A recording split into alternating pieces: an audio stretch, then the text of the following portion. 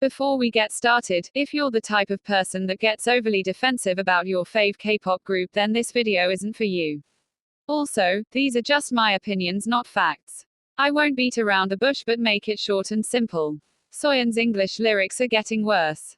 When learning a skill or something, one's ability is meant to improve over the year, but that's not the case for Soyeon's English lyricism. It's like Soyeon left and took Idol's English along with her. From her cringe rap in Tomboy to the weird lyrics in Good Thing, it's obvious Soyeon isn't even trying to put effort into writing lyrics. It's like she just opens Duolingo and uses its examples to write songs and call it a day. This doesn't apply to just Soyeon but the entire K-pop industry as a whole. We have aespas, Do You Wanna Upside Down, and many other that I'm too stressed to even think about. It's like K-pop songwriters just write the first thing that comes to mind and draw the curtains.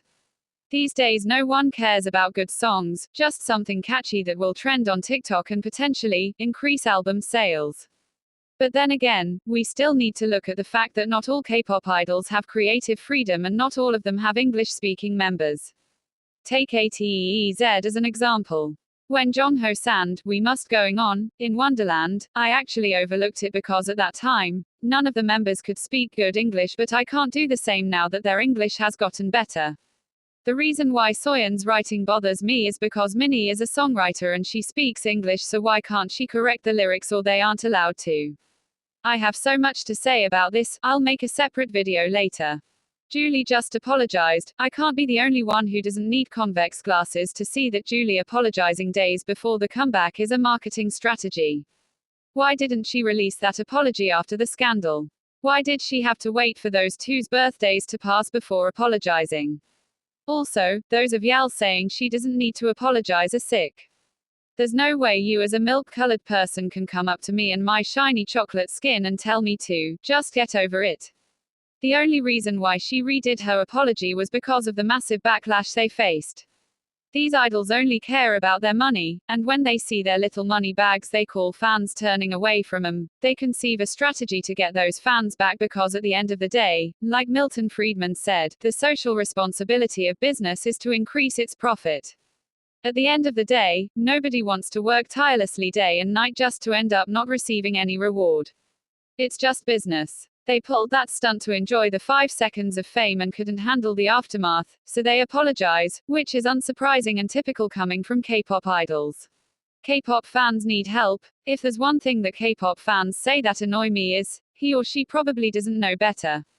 A Yeon pulling out the N-word like it's a random biological term, not a slur, in her pre-debut cover, and y'all go, oh, she's just a child, she doesn't know better.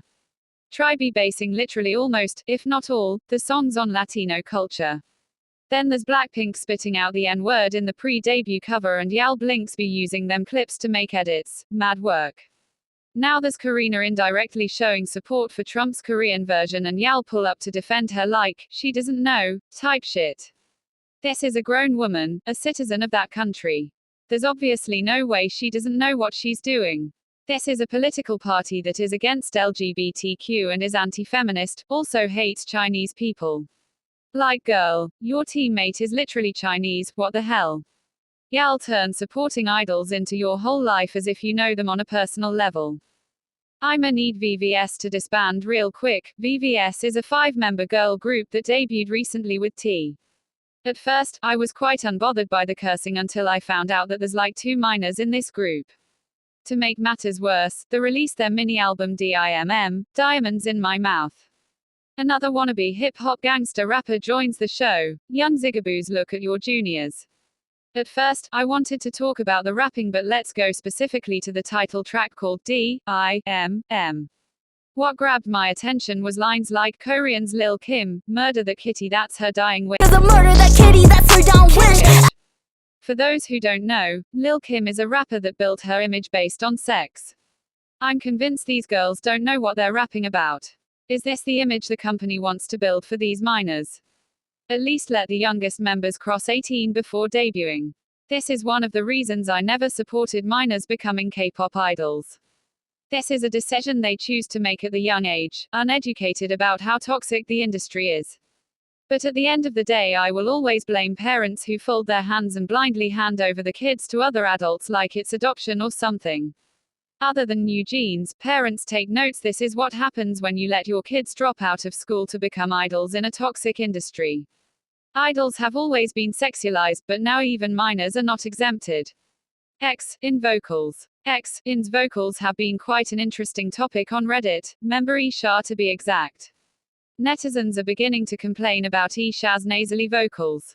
I've said this before and I'll say it again. Stop giving E.sha high notes. Her low notes are amazing, but her high notes sound very nasally. Niz is the only good vocalist in this group, with the remaining 3 members specializing in rap. Unlike some opinions, I don't think E.sha should be kicked out of the group.